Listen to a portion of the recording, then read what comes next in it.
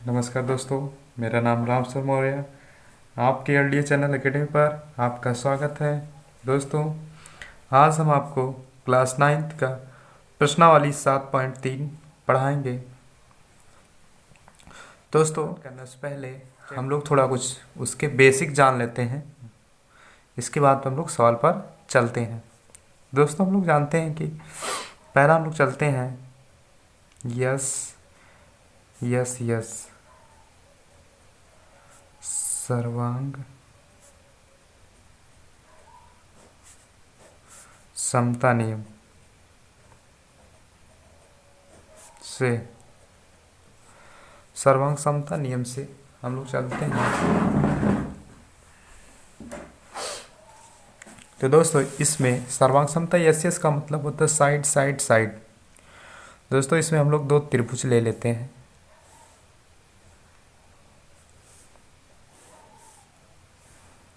ऐसे दो त्रिभुज दे देगा आपको और कहेगा आप A B C D E F. दोस्तों, आपके त्रिभुज दे देगा और इसको आपसे कहेगा कि आपको इसे सर्वांगसम सिद्ध करना है। यस यस यस के नियम के द्वारा आपको इसे सर्वांगसम सिद्ध करना है। तो दोस्तों, इसकी सर्वांगसम सिद्ध करना होगा तो इसकी सभी एंगल आपस में क्या होंगे? बराबर होंगे। दोस्तों, अगर हम मान लिया जाए, प्रिय दोस्तों, अगर हम इस त्रिभुज को उठाकर अगर इस पर रखते हैं तो दोनों त्रिभुज क्या होते हैं? आपस में बराबर हो जाते हैं, एक दूसरे को ढक लेंगे। मतलब इस त्रिभुज के ये त्रिभुज क्या है? सर्वांगसम। ये दोनों एक दूसरे के सर्वांगसम हैं। तो हम क्या करेंगे? त्रिभुज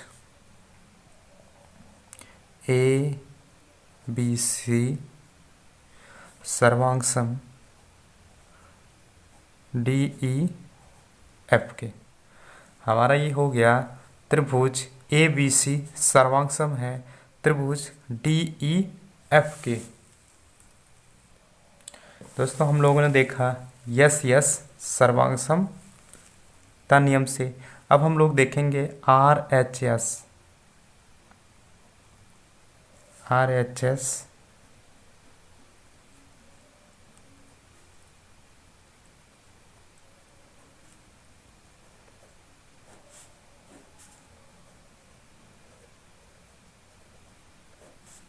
सर्वांग समता नियम से। इसका अर्थ क्या होता है? दोस्तों, इधर रखता हूँ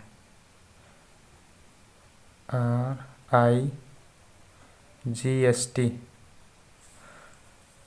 दोस्तों, राइट एंगल ANC एंगल, यानी आपका ये राइट एंगल में से होता है आपका समकोण।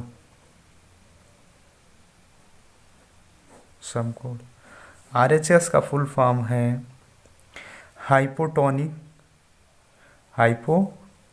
मीन्स क्या होता है? इसका अर्थ क्या होता है? HIC हाइपोटोनिक, यानी इसका अर्थ होता है आपका कर्ण। और ये आपका यस यानी साइड मीन्स क्या होता है? भुजा। साइड मीन्स होता है आपकी भुजा। दोस्तों, RHS का मतलब होता है राइट एंगल यानी समकोण। H का मतलब होता है हाइपोटोनिक यानी कर्ण। और S का मतलब होता है साइड का अर्थ होता है भुजा। मतलब इसमें RHS सर्वांगसम नियम से हमको इसको सर्वांगसम करना रहेगा। तो इसको हम सर्वांगसम का, इसमें भी ऐसे दो त्रिभुज दिया रहेगा। ऐसे हमारा दो त्रिभुज दिया रहेगा और कहेगा A B C D E F। कहेगा इसको सर्वांगसम सिद्ध करना है। इसमें कोई दो भुजा सर्वांगसम होगी। कह रहा है ये कर्ण, दोनों आपस में बराबर होंगी और ये हमारी भुजा भी बराबर होंगी। हमारा कह रहा है एंगल हमारा 90 डिग्री का कोण बन रहा है, तो कह रहा है एंगल के सामने वाली भुजा जो है बराबर होगी, और ये एंगल कर्ण भुजा, मतलब तीनों हमारी दो भुजाएं बराबर होंगी, तो हमारा इसमें ये बराबर हो जाएगा। तो हम करेंगे ए बी सी सर्वांगसम डी ई एफ सर्वांगसम है। अभी हम लोगों ने क्या पढ़ा, साइड सर, और हम लोग ने पढ़ा RHS। दोस्तों अभी हम लोगों ने पूरा क्या पढ़ा, हम लोगों ने पढ़ा साइड एंगल साइड। तो दोस्तों देख लिए एंगल साइड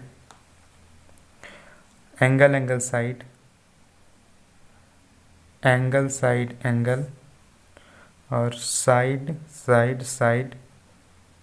RH।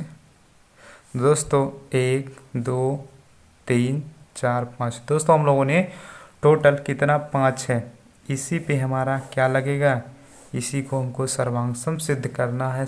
इसी के नियम पर हमको सर्वांगसम सिद्ध करना है। दोस्तों हम लोग पहला क्वेश्चन करते हैं। पहले क्वेश्चन में क्या है, कह रहा है त्रिभुज ABC और त्रिभुज DBC एक ही आधार पर BC पर बने दो समद्विबाहु त्रिभुज इस प्रकार हैं कि A और भुजा BC के एक ही ओर लिख लीजिए दोस्तों, एक ही ओर स्थित है। यदि AD बढ़ाने पर BC को P पर प्रतिच्छेद करे तो दर्शाइए कि, कह रहा है त्रिभुज ABD सर्वांगसम त्रिभुज ACD की। फिर दूसरा कह रहा है त्रिभुज ABP सर्वांगसम है त्रिभुज ACP के। तीसरा कह रहा है AP कोण A और कोण D दोनों को संपादित करता है। और चौथा कह रहा है AP रेखाखंड BC का लंब समद्विभाजक है। तो दोस्तों हम लोग क्वेश्चन पे चलते हैं। तो दोस्तों इसमें क्वेश्चन में कह रहा है हमको सॉल्व करना है ABD व ACD। तो इसमें देख लिए पहले हमको यही क्वेश्चन, इसी को हमको पहले ये त्रिभुज लेना है। हमको ये त्रिभुज, इस त्रिभुज के सर्वांगसम हमको दिखाना है। इस त्रिभुज के सर्वांगसम हमको दिखाना है। तो हम पहले ले लेंगे, पहला सॉल्व करते हैं हम लोग। पहला है त्रिभुज ABD व त्रिभुज ACD में हम लोग रखते हैं त्रिभुज ABD व त्रिभुज ACD में इसमें देखिए दोस्तों, कह रहा है कि AB बराबर है AC के। इसमें AB बराबर है AC के। देखिए दोस्तों ये AB जो है AC के बराबर दिया गया है क्वेश्चन में हमको। तो हम लोग देखेंगे AB बराबर AC, रीजन लिखेंगे, दिया है।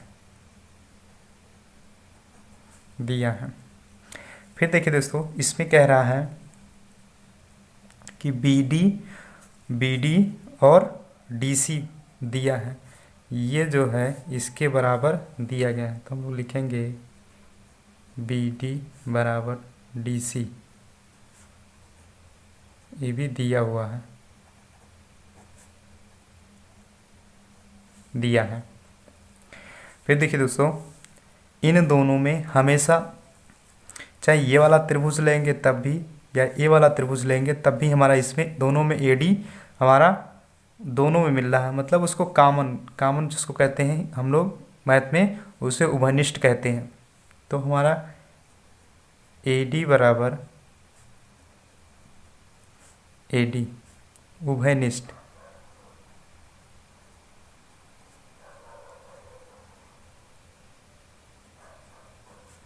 उभयनिष्ठ है। तो दोस्तों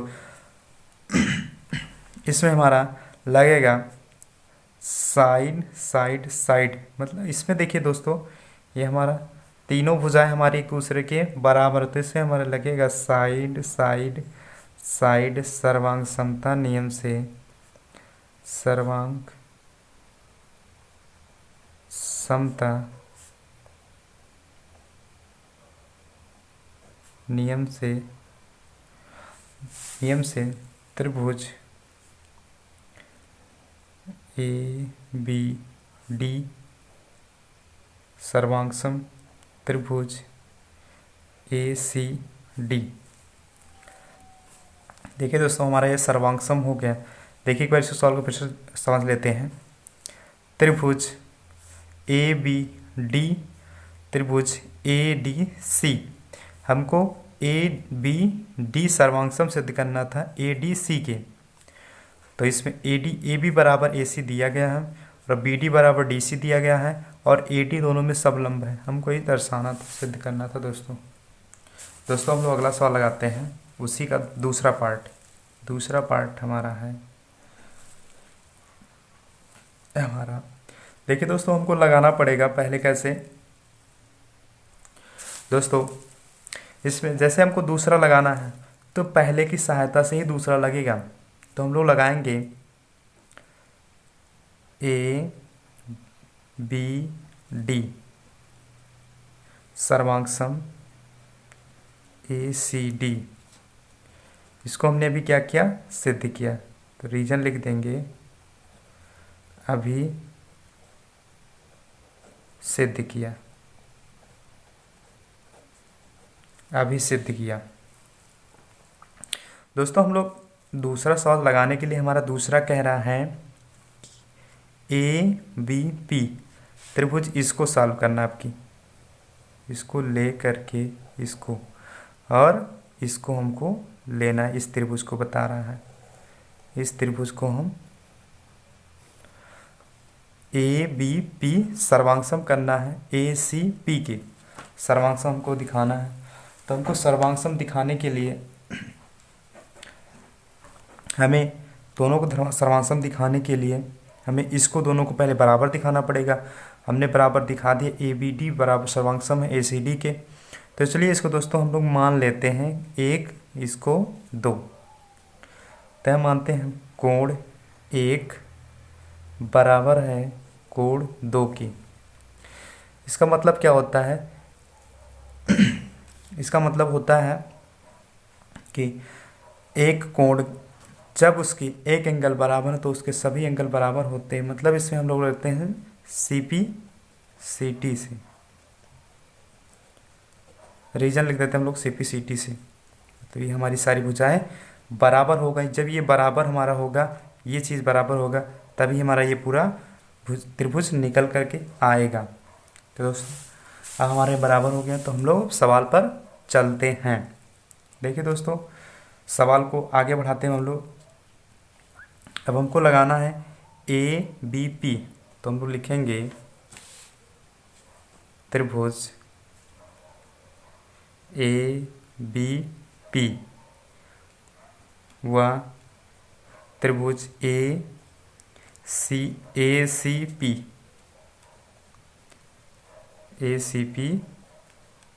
देखिए ए सी पी में अब हमको लगाना है। तो इसमें देखिए दोस्तों दिया है ए बी बराबर ए सी दिया है, लिखते हैं हम लोग ए बी बराबर ए सी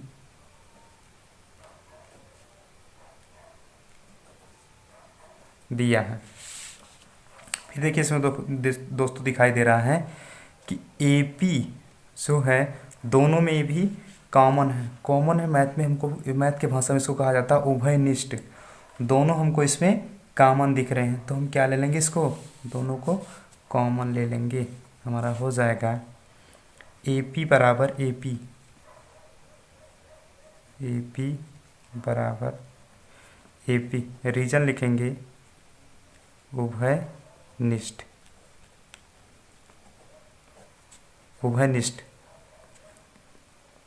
दोस्तों हमारा ये हो गया।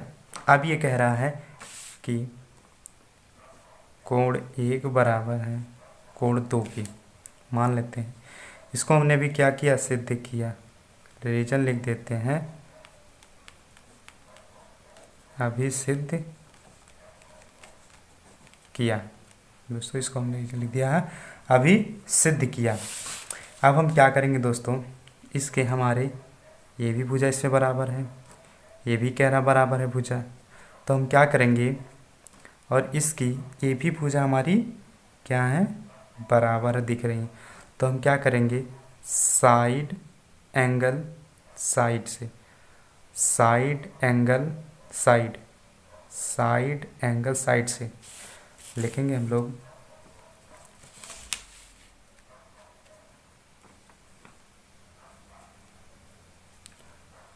साइड एंगल साइड से सर्वांग समता नियम, सर्वांग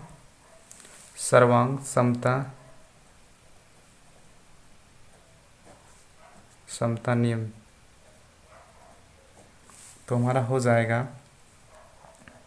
त्रिभुज ए बी पी सर्वांग सम ए सी पी की। दोस्तों इसमें हमारा सर्वांग दिखाया गया है, A B P A C P सर्वांग सम दिखा दिया गया है।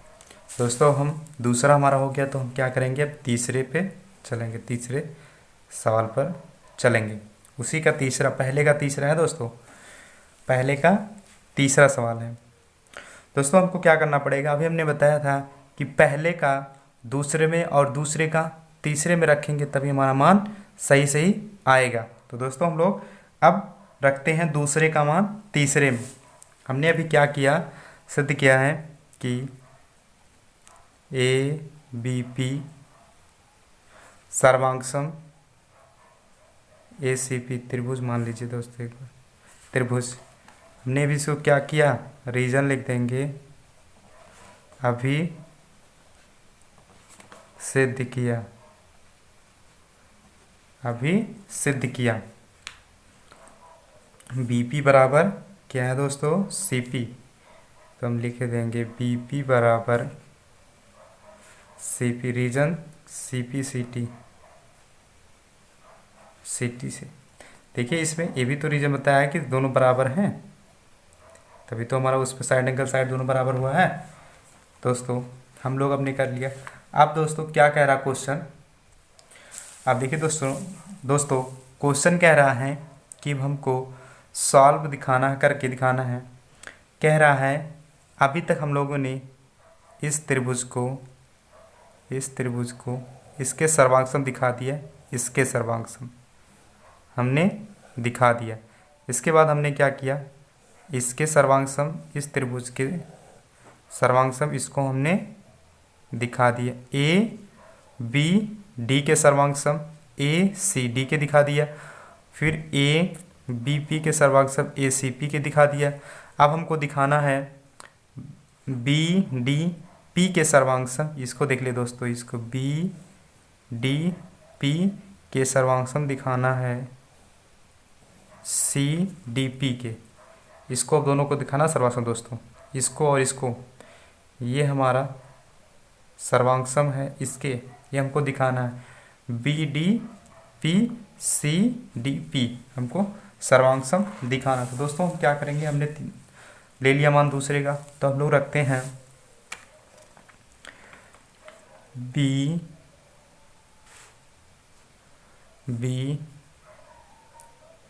डी पी व त्रिभुज सी डी पी में हम लोग इसमें रखते हैं। तो देखिए इसमें दोस्तों कह रहा है बी डी बराबर सी डी के हैं या डी सी के, कुछ भी मान लीजिए, ये हमारा इसके सर्वांग दिया गया है, मतलब इसके बराबर दिया गया। तो हम लोग लिखेंगे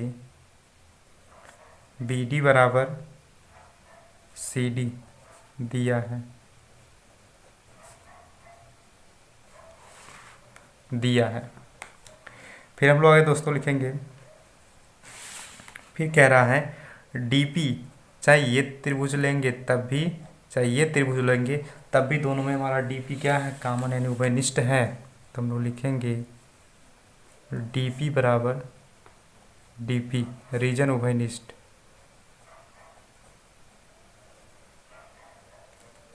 उभयनिष्ठ दोस्तों,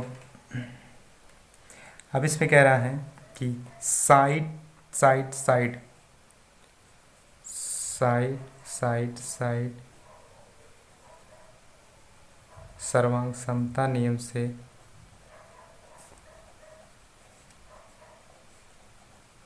सर्वांग समता नियम से दोस्तों, सर्वांग समता नियम से हमारे ये त्रिभुज बी डी पी सर्वांगसम सी डी पी के, देखिए दोस्तों इसमें साइड ये भी एक दूसरे के सर्वांगसम दिखाया गया, ये भी दिखाया गया, ये भी दिखाया गया है दोस्तों। देखिए सभी दोस्तों, सभी हमारे एक दूसरे के समान दिखाया गया, मतलब हमारा ये क्या है, साइड साइड सर्वांग समता नियम से हमारा ये सवाल क्या है, लग गया दोस्तों। अब हम लोगों ने तीसरा लगा लिया, अब हम लोग क्या करेंगे, चौथा। अब इसमें इसका हम इतना यहाँ मान ले लेंगे, सब लेंगे तो हमारा चौथा सवाल भी सॉल्व हो। चलिए दोस्तों, हमारा लिख करते हैं हम लोग पहले का चौथा क्वेश्चन। चौथा क्वेश्चन कह रहा है एपी रेखाखंड बीसी का लंब समद्विभाजक है। देखिए इसमें कह रहा है कि एपी जो आपका ये है एपी बीसी यानी पूरे का लंब समद्विभाजक है, मतलब इसमें 90 अंश का कोण बन रहा है कि नहीं बन रहा। तो देखिए बन रहा है, इधर भी बन रहा है और इधर भी हमारा 90 अंश का कोण बन रहा है। चलिए हम लोग दोस्तों सवाल लगाते हैं। देखिए कह रहा है अभी हम लोगों ने सिद्ध किया, हमने भी कहा था पहले का दूसरे में और दूसरे का तीसरे में, तीसरे का चौथे में लगेगा। तो हम लोग लगाते हैं तीसरे वाला, बीपी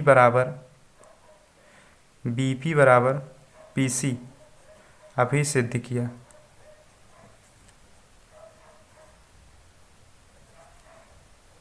अभी सिद्ध किया दोस्तों, कोण बीडीपी सर्वांगसम कोण सीडीपी, इसको भी क्या किया, अभी सिद्ध किया। अभी सिद्ध किया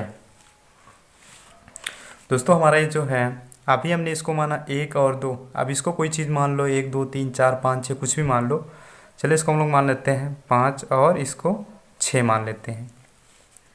इसको बीडीपी को 5 और सीडीपी को 6 मान लेते हैं। चलिए कोण 5 बराबर है कोण 6 के।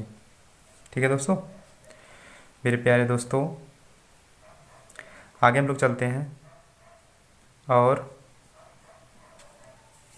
कह रहा है अब हम लोग क्या करेंगे, इन दोनों को एक दूसरे के क्या करेंगे। देखिए दोस्तों एक चीज़ आप लोग को पता होगा कि जो लंब होता है त्रिभुज के, जो त्रिभुज पे जो लंब होता है इसका योग 180 अंश होता है, हमारा सबको सभी को पता है दोस्तों। तो इसको हम लोग लिखते हैं कोण 5 प्लस कोण 6 बराबर कितना होता है दोस्तों, मेरे प्यारे दोस्तों 180 अंश होता है। तो हम लोग लिखेंगे ये हमारा रीजन क्या है, रैखिक युग्म है दोस्तों, रैखिक युग्म है प्यारे दोस्तों। दोस्तों हमारा ये रैखिक युग्म हो गया। अब देखिए दोस्तों इसमें हमें बताया गया है कि बीडीपी के बराबर है सीडीपी के बराबर, मतलब 5 बराबर है 6 के, 6 बराबर है 5 के। तो हम इसको ऐसे भी मान सकते थे बीपीडी बराबर सीडीपी, मतलब इसको इसके बराबर हम मान सकते थे। ठीक है दोस्तों, चलिए लेकिन हमने संख्या में माने कि आसान तरीके से आपको समझ में आ जाए। दोस्तों हम लोग मानते हैं क्या मान लेते हैं, चलिए 5 6 को भी 5 मानते हैं हम लोग, 5 प्लस 5 बराबर 180 अंश हो गया। दोस्तों 1 1 2 5 बराबर 180 अंश हो गया। 5 बराबर दोस्तों 180/2, 5 बराबर 90 हो गया दोस्तों। 90 आपका ये पूछ रहा लंब है, तो हाँ दोस्तों लंब है। तो मेरे प्यारे दोस्तों, वीडियो को अच्छी लगी हो तो लाइक और शेयर सब्सक्राइब ज़रूर खूब शेयर करिए दोस्तों। सब्सक्राइब करिए। अगर वीडियो पसंद आई हो तो